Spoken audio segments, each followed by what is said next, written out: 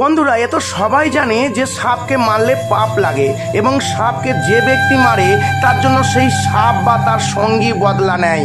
তবে এই কথাটা কতটা সত্য আসুন জেনে নেওয়া যাক। ছেলেটিকে দেখছেন, এর নাম বিকাশ দুবে।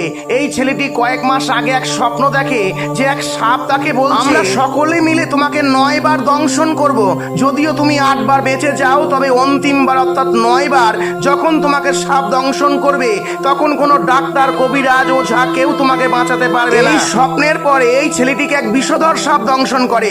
ছেলেটিও দ্রুত ডাক্তারের কাছে যায় এবং চিকিৎসা করে বেঁচে যায়। এরপর সুস্থ হয়ে ছেলেটি বাড়ি এলে আবার এক সাপ ছেলেটিকে দংশন করে।